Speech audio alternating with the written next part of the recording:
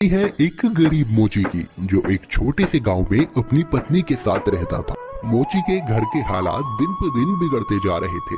घर में जो भी राशन था वो भी खत्म होता जा रहा था। ऐसे ही एक दिन मोची ने अपनी पत्नी से कहा, अब मुझे और यहाँ नहीं रहना। यहाँ ना तो कोई कमाई हो पा रही है और ना ही कोई काम मिलता है। अरे पड़ोस का गांव बहुत बड़ा है, अब मैं वहाँ जाकर अपना मोचीगिरी का काम करूँगा। कुछ दिन घर से दूर रह लूंगा, कम से कम घर का खर्चा चलाने लायक कमाई तो हो जाएगी वहाँ।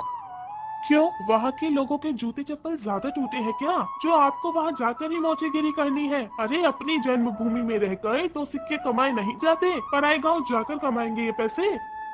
अगले दिन सुबह सुबह मोची चुपचाप अपने जूते चप्पल ठीक करने का सामान उठाकर दूसरे गांव की ओर निकल पड़ा।